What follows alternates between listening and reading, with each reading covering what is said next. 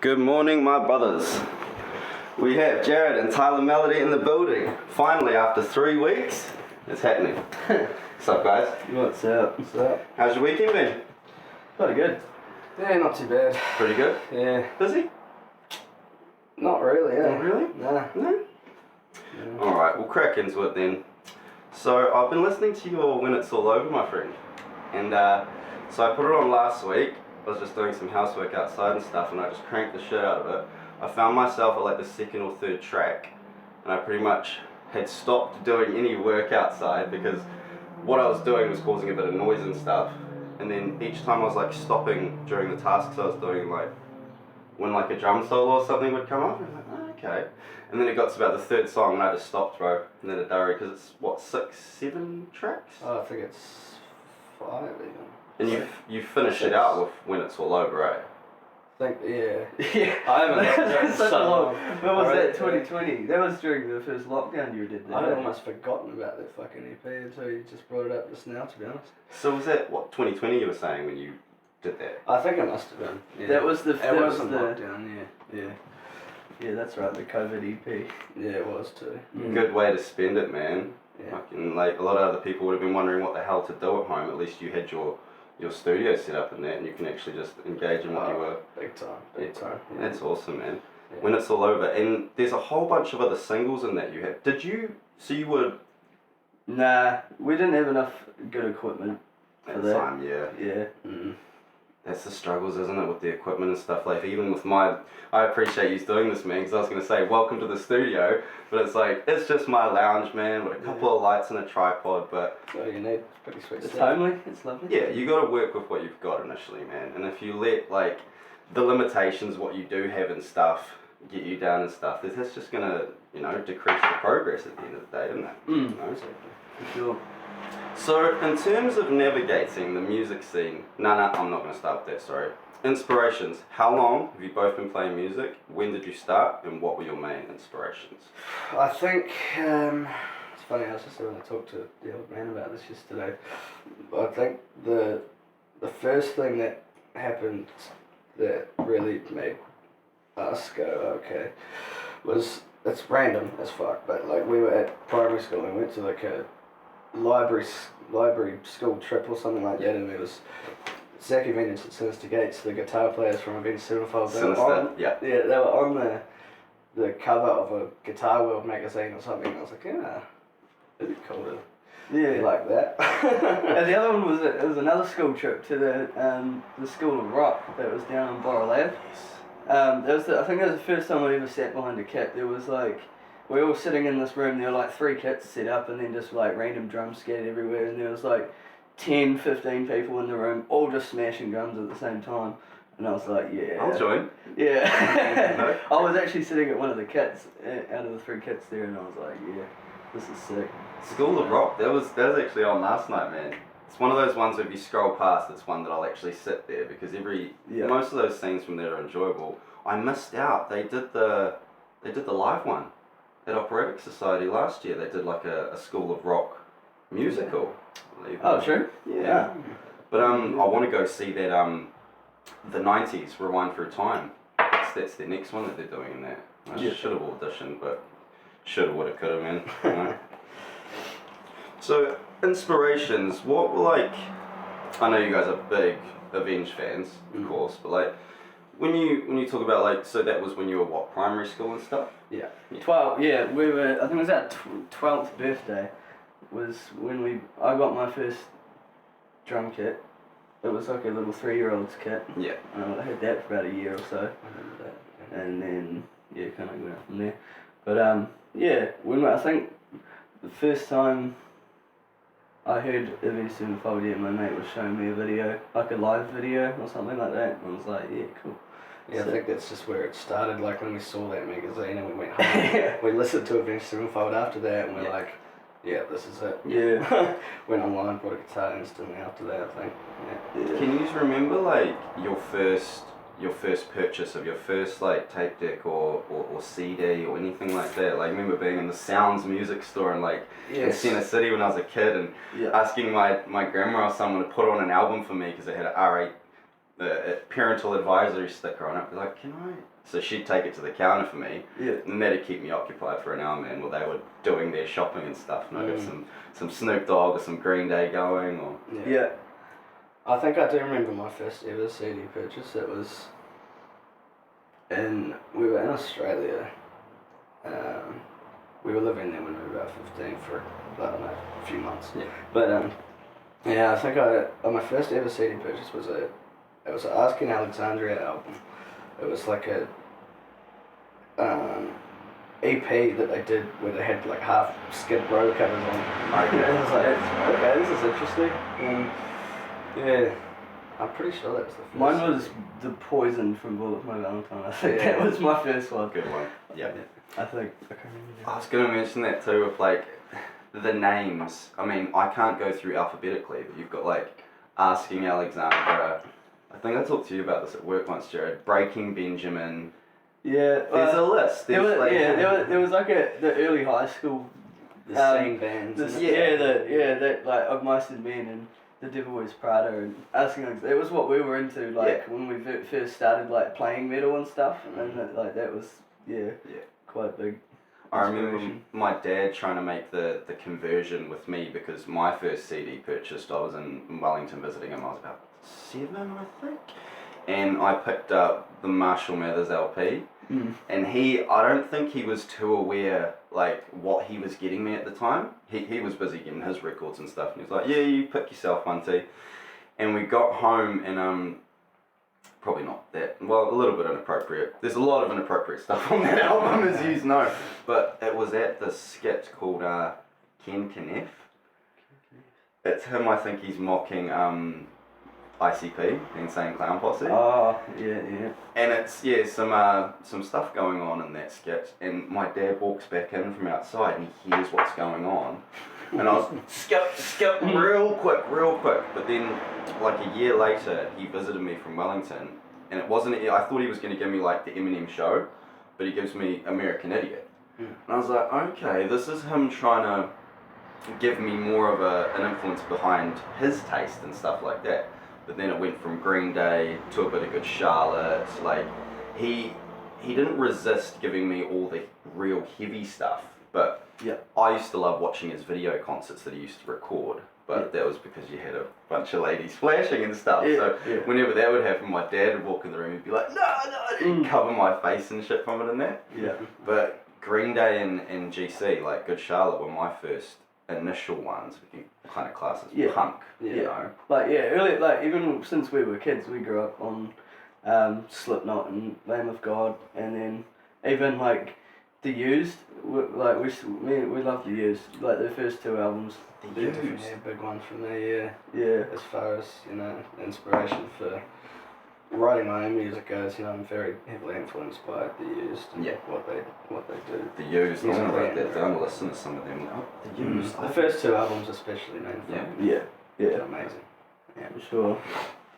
So, in terms of navigating the music scene in New Plymouth, how difficult has it been reaching an audience and developing a fan base? And what were the challenges that presented themselves? The main challenge being is New Plymouth's tiny. Yeah, I don't know. Lack of places to play was a problem for a while.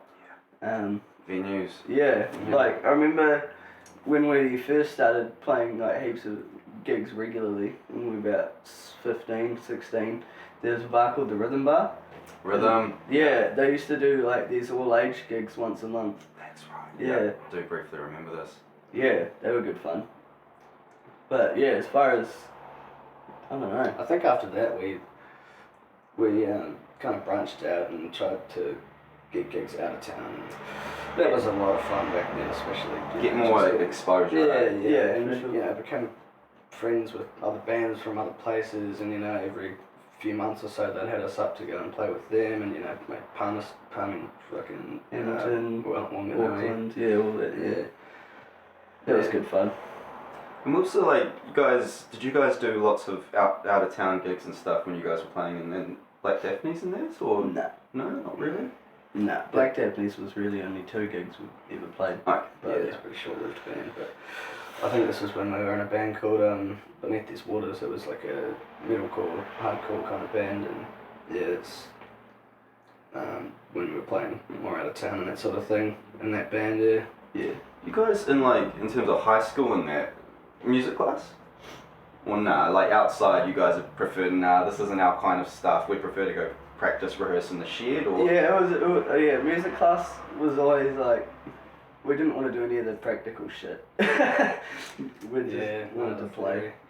We're more of just a plug in and play kind of. Yeah. I mean, like, I got lessons when I first started and like learned how to read sheet music and all that, and I think that still can be important, and you know, and like still learn the basics, how to hold your sticks and how to. Oh, big time. Tabs were it for me, you know, just jump online. Yeah, I think drum tabs, music's a lot easier to read than guitar, but I'm not sure.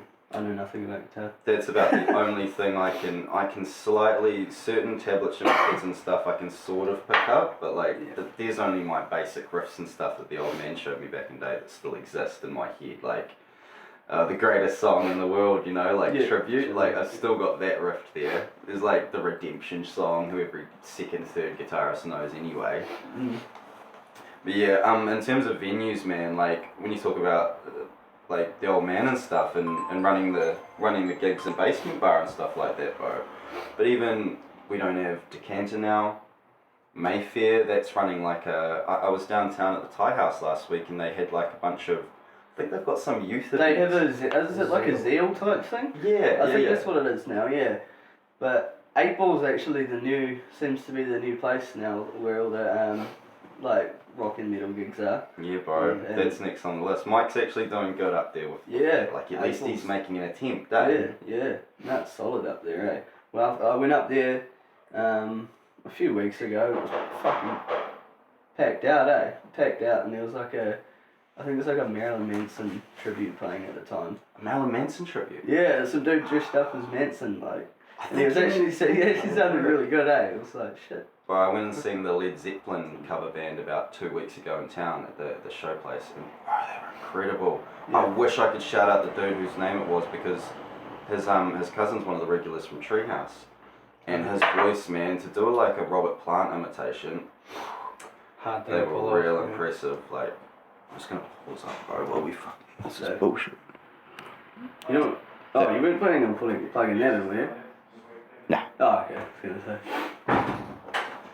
And we're back. Sorry everyone, we just had my friend David Ma from Wanganui, who I'm going to be doing an episode with, just rudely interrupt us. So we were talking about venues, 8 Ball, man, because even they've got their like their open mic night with the comedy every second Wednesday or something. I'm probably botching that up. But then I went up there one Thursday when they had I think I showed up an hour into it, so it sort of mellowed out by then, but they were encouraging people to come up and get on the mic and that. Oh yeah. Oh cool. Have you ever thought about going up and What, being funny? Nah, not stand up, like going up and doing the music night thing and stuff. Oh right. Nah. Well, yeah, we have. We're just starting to get a band together now. Yeah. And just in time for this album to come out. And then, we're planning on starting gigging as soon as we possibly can. And we want to plug this album slightly, Yeah. Yes. So it's an album I've had written for about a year, and sent it away to my guy who runs a record label in Auckland called Scallywag Records. Scallywag Records. Fantastic. I like that. Great name. And he's been absolutely amazing with it, and helped me through all of it, and been absolutely amazing. We've just gone and done a first music video for our first single for the album. That'll be coming out on 18th of November. 18th of November, stay tuned. Yeah.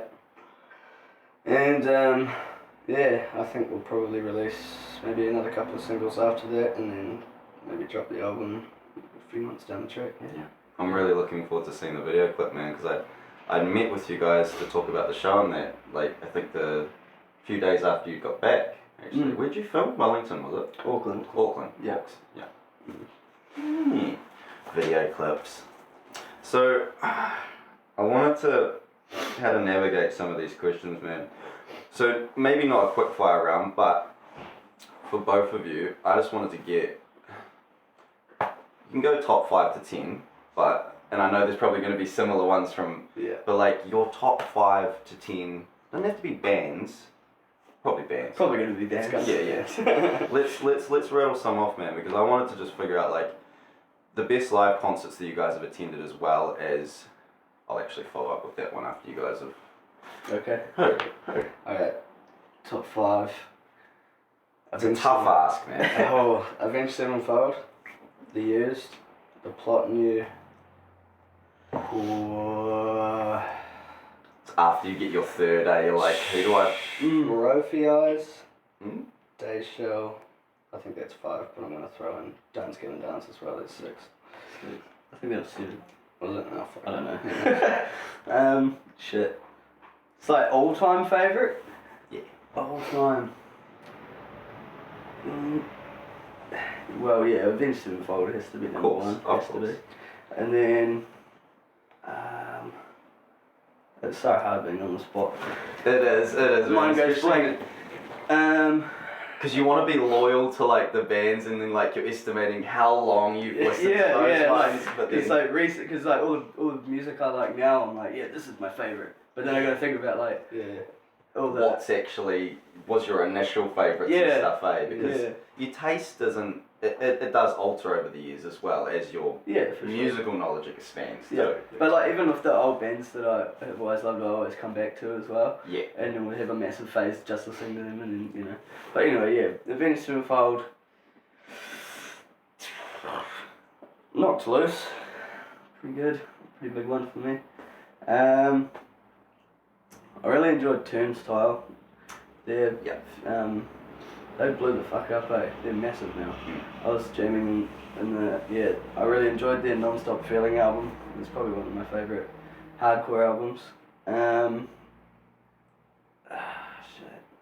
Every Time I Die, because Keith Buckley's lyrics are very good. Probably my favourite lyricist. And Day Show was another one. Who was the band you guys went and seen recently? The Plot New, that's definitely up there for me. Yeah. Top 3 bands. That was one of the greatest nights of my life. It was fantastic. we brought VIP tickets so we could meet them, but we missed the meet and greet. Oh, God. Apparently we were supposed to get an email saying the meet and greet was at 6, but we never got the email. And we turned up at like 7:15 and we're like, where's our VIP pass? Yeah, they're giving us like regular wristbands, and I'm like, no. do I not get like a cool little necklace thing? Yeah. You're like, oh, we don't know. I eventually ended up tracking someone down and being like, yo, where's it? Because we're supposed to get, we got like a signed poster and that sort of thing as well. So I managed to find those, and by the end of the gig, I had noticed the drummer had been looking at me and smiling the whole time because I was shouting every single word, and you know, it was their first time in New Zealand, and I was like, oh. Yeah. And You could see the passion. Yeah, and he gave me his drumstick, so I was pretty happy about that. Yeah. I remember was showing me, or you might have shown me a couple of videos as well, and that dude made his speech like halfway through the show. Oh, there was Antagonist AD. Antagonist, Yeah. that's right. Yeah. Sorry, I botched that up. Yeah. Yeah, it's just that speech when he was showing me it, man, I was like, just to stop the show Yeah. and do something like that was quite inspirational. That was Yeah. really cool. He's such a cool dude, man. Yeah. That the singer. Yeah. He wasn't talking shit either. He had a message. Yeah, exactly. Right. And I'd say they're in my top 10 as well. And Antag, they're fucking awesome. Like, Antagonist. yeah. Yeah, we saw them in July, and they were fucking cool. What I was going to ask in terms of bands and stuff, like, obviously, Kiwi bands. Antag. Yeah, exactly, man. I think Iron Giant's The Horrifying Truth album, that's a fantastic I am Giant, yeah, Love I that do album. like. I wanted to ask you guys who, in terms of frontmen, like showmen, lead singers, like when you talk about Freddie Mercury, Anthony Kiedis, these people who actually, they are a frontman. But then you've got other people who, Lyle always talks about him, who just hangs in the background in the back of the shows.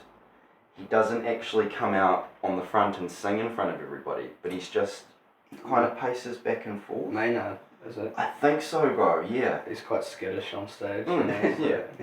But if you guys think of like a real showman, who are your top like for bands and stuff? Your top three who you think actually help engage the crowd a lot more and actually just get them in the fucking palm of your hand? Ooh. It's a hard one. Freddie always rings true for me, like when I think about it. Like, yeah, you can't beat Freddie, man. What can I think? I'm on the spot. when I watch Red Hot Chili's clips and stuff like that, even when they pop up a tree during shifts and stuff, it's those kind of clips are the more distracting ones because he's actually, he's actually putting on a show. It's not just the dude behind a mic. Yeah, he's pretty great at that sort of thing. Yeah.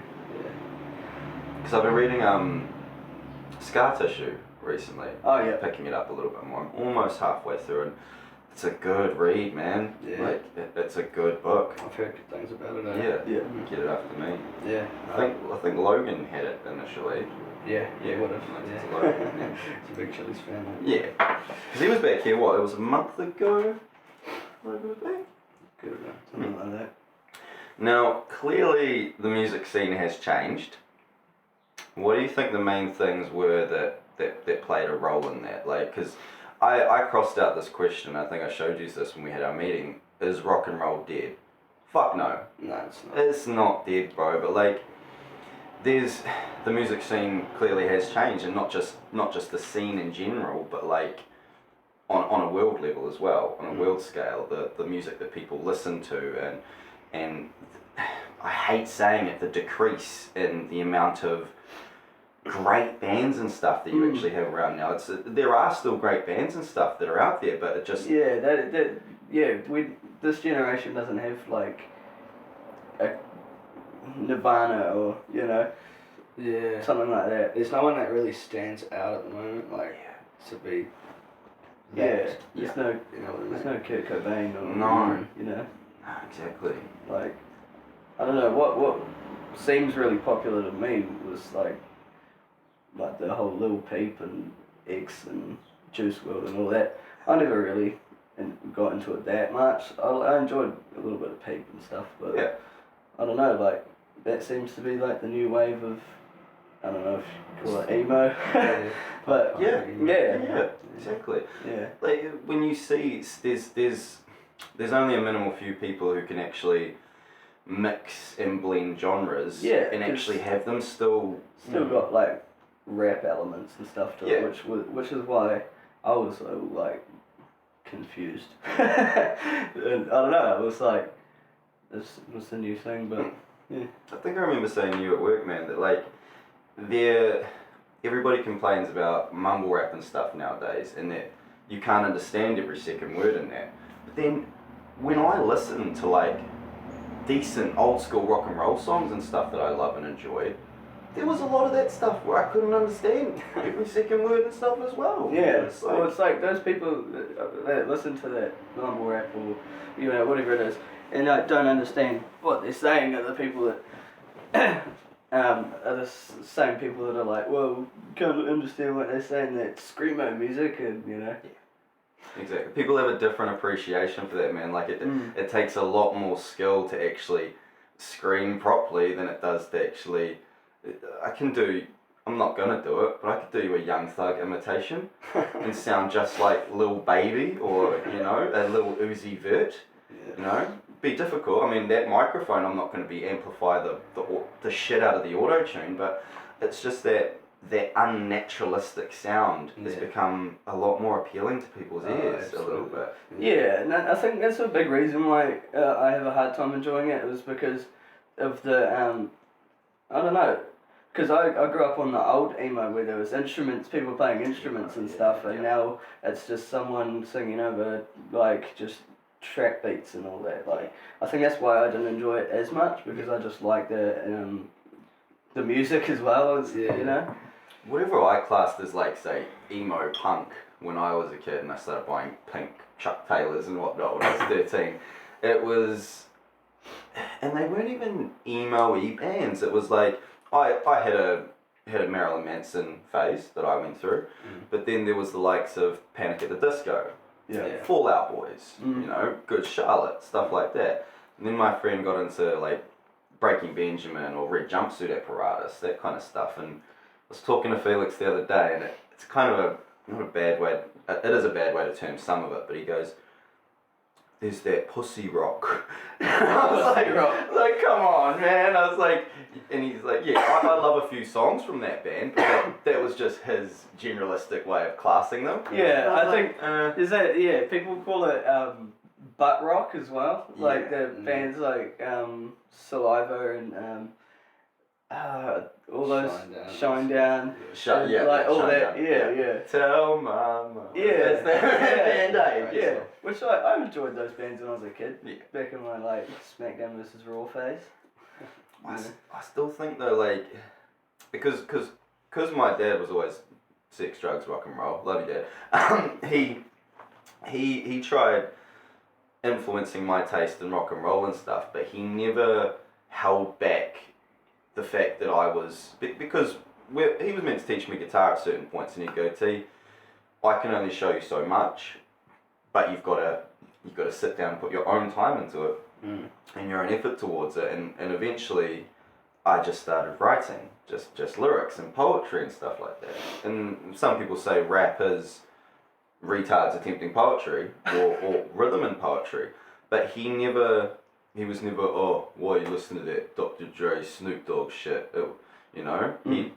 He'd never bag on me for that kind of stuff, but he'd be like, how about you give this a listen as well? Try and give you the little nudge. He had a Rock and Roll Hall of Fame book, bro, and one day I went through it and I was just curious. So I looked up Green Day, of course they're there. Yeah. Go to E, look up Eminem, and he's there with a chainsaw, bro, and his fucking hockey mask. And I went, Dad. And he was like, you serious? He's in there. And I was like, but if you listen to a lot of his initial beats and stuff, like even Cleaning Out My Closet, the bass line in that, it's a lot of drumming, it's a lot of guitar incorporated into his music, not just fucking track drums and shit, man. You know? For sure, yeah. I know. But do you think like anything in terms of the generational gap in music has played a part in, like, because when you talk about venues, Good Home would be a good live music venue, but if you go in there every other weekend, it's just bang, bang, boom, boom, twerk, twerk. It's every second song, bro. It's a Drake or a Nicki Minaj. And it's like, where's the versatility in this music, you know? But I guess that's what you're going out. People are drunk, high on MDMA or whatever, and they're just wanting to rage. They want to listen to the duff duff. That's what's the duff popular. duff. It's the duff duff, bro. Yeah. It's like, it makes me want to duff my head against the wall sometimes, you know? Like, it's enjoyable to a certain extent, but do you think that hip-hop predominantly has had an outburst of reach to the generation that is the millennials and whatnot? How much influence do you reckon that relates to the increased level of depression and anxiety? Because obviously music can inspire you and make you feel great, but it's just, I don't know, like the things those songs are about, just about, you know, doing drugs, fucking hoes and all that, like it's just, it's all the same. The thing. It's just like, I don't know. I think that's one of the big differences between the old school emo kind of bands like they used in My Chemical Romance and that sort of thing. They actually kind of touched more on mental health and that sort of thing, but it's, you know, these new hip hop artists that are, what I guess trap you would call it, I guess a lot, like they still do, but like they still have that rap element. Yeah, so like drugs are still very glorified and stuff. It's the glorification. Like, didn't all three of those dudes die from drugs? Or something? One of them got shot or something. They joined the 26, 27 club, if you will. Yeah, they did, bro. All three. 2 ODs and one was shot with 15k in his bag. Obviously, they are helping a lot of people. Like they, you know, you always see that, you know, comments on their videos saying, you know, they've helped them with their own mental health and that sort of thing. And really, that's the best thing about it. You know?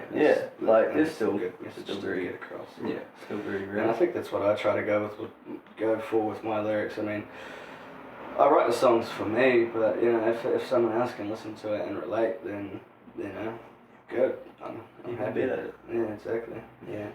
Exactly, and that's like, it's not following the you don't always have to stick to the status quo. Like, if you want to be, what was the word that Wesley was using the other day? He said, don't become a gimmick, bro. He said to me, don't start trying to mimic your work and stuff around what you think other people are gonna want. Do it from your natural thought process of how you write your song. There's so much other outside elements that can be overwhelming where you're like, but it's eliminating that feeling of it as well. Yeah, and that's where the originality comes from as well. If you're Exactly. not trying to sound like someone else, you can be like obviously influenced by other people, because like that's how music evolves.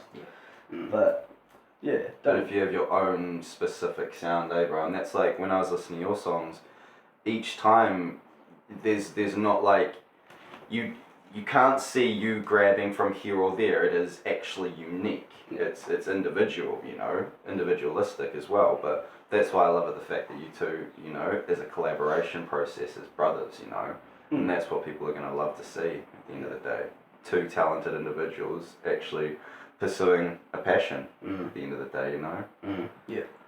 And there's a limit on that these days. I think too many outside influences cause people to lose their path, and they go, oh, I guess it's a little bit easier if I go over here because 10 people have been telling me I'm, you know, what are you doing that for? Where's that going to I think that's the most important thing, is just to stick to, you know, stick to what you want to do rather than what other people think you should be doing. And, you know, just people eventually will see what you're doing is actually pretty great if you stick, you know, keep true to yourself. Yeah.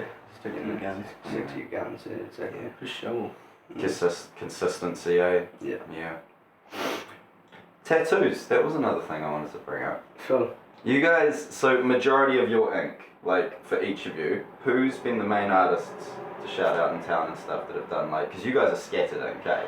Like, lots of different people have done your guys. Yeah, I haven't stuck to anybody. Nah. I love all the people that have done like ink have done a fucking awesome job. But I think the one person that's done the most on me was probably Gary up at Brothers Inc. Brothers, yeah. Recently I just had one done for him. I also take the jacket off, eh? Yeah. What's Aiden's mum's tattoo place? Brutalities, that's it. Because I was getting served by this chick the other day at BK, and she just had a it reminded me of yours, Jared, but it was just these pristine cartoons and stuff, eh? And I was like, who'd you? And I was waiting for her to say Brutalities, and she did. That was done though. Oh, okay. Yeah, I've never been up there, but yeah, I think most ones really done by Gary up at Brothers. Actually had a bit added since I last seen your bloody arm down. Yeah, I got that done in Wellington. That's I right. haven't even seen. Have I seen that one? Oh yeah. I've always loved your owl though, man. Yeah, that was Paul at well, he was at Ink and Anchor. I think he's at Dark Days now or something. But yeah, I think that's probably my favourite one that I've ever gotten. It's a good form piece. That is the man. He's the man. Yeah. These ones were Tattoo and Art Festival ones, just random. Which we like, finally get to go to again this year. How exciting. Oh yeah.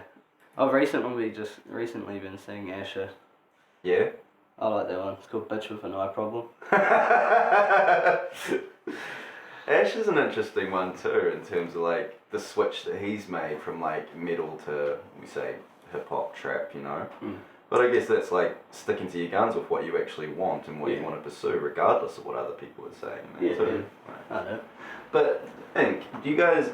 Because I mean, in the 90s, 80s, there was a taboo to tattoos in general. You know, you were seen as like this roughy kind of, you know what I mean? Yeah. It's definitely a lot more normalised now, like, and a lot more,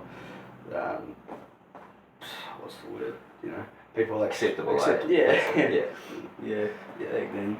But like if you have things like the Tattoo and Arts Festival, and stuff like that, where more artists are getting more creative with their designs and stuff. It's not just some guy you're going to see in a shed and doing a patch on your face or some bloody knuckle tattoos or anything like that. I mean, there are still places, workplaces, and we've been really lucky with the bar to have ours. We don't have to thin Lizzie or anything like that. But even Rox the other day with a Pasco's interview, she's got this nice little lily just right here. And even the lady said to her, well, the owner of this place is still very old school. So you even have to dampen up something as tidy as that, man. That's a representation for her nana. Yeah. It's like, Really? yeah. Yeah, come on. Yeah, But what? in terms of the improvement of ink too, like, you used to see so much Celtic or it was just the scattered green ink, you know. There's been such an improvement with the guns and the needles and how your colours in yours actually pop, bro, and actually look good. For sure, for sure. I mean, Fetu Newman, he was West Coast tattoos. He did mine when I was 18. Yeah. Yeah. But I still get questioned about mine here and there, and I can actually ignorant questions of like, what does that mean? People don't expect, half the people who ask me don't expect me to be able to explain, like, it's, bro, I drew this. I designed this, like, of course I know the meaning to it, you know, like, but I've had that asked to me a few times, like, oh yeah, what's that mean? I go, oh, well, this is the story, and then they're like, oh, okay. It's like people asking me about my, like, Pink Panther or something, and I'm like, Pink Panther's just awesome, bro. This is Pink Panther and he's smoking a joint and he's enjoying it. Yeah, that's enjoying it. Exactly. Yeah. I used to love Pink Panther, man, with Steve Martin. Like, just the film. Yeah. He's just that slapstick comedy that actually still makes you laugh, old Steve Martin. I love that guy. Yeah. Oh, well, thank you, brothers, for fucking sitting down with me and chopping the shit up. It's been good. No problem. Glad we finally got to do it, eh? Thanks for having us. Nah, you're welcome, brothers. Good to see you guys. You too, brother. Alright.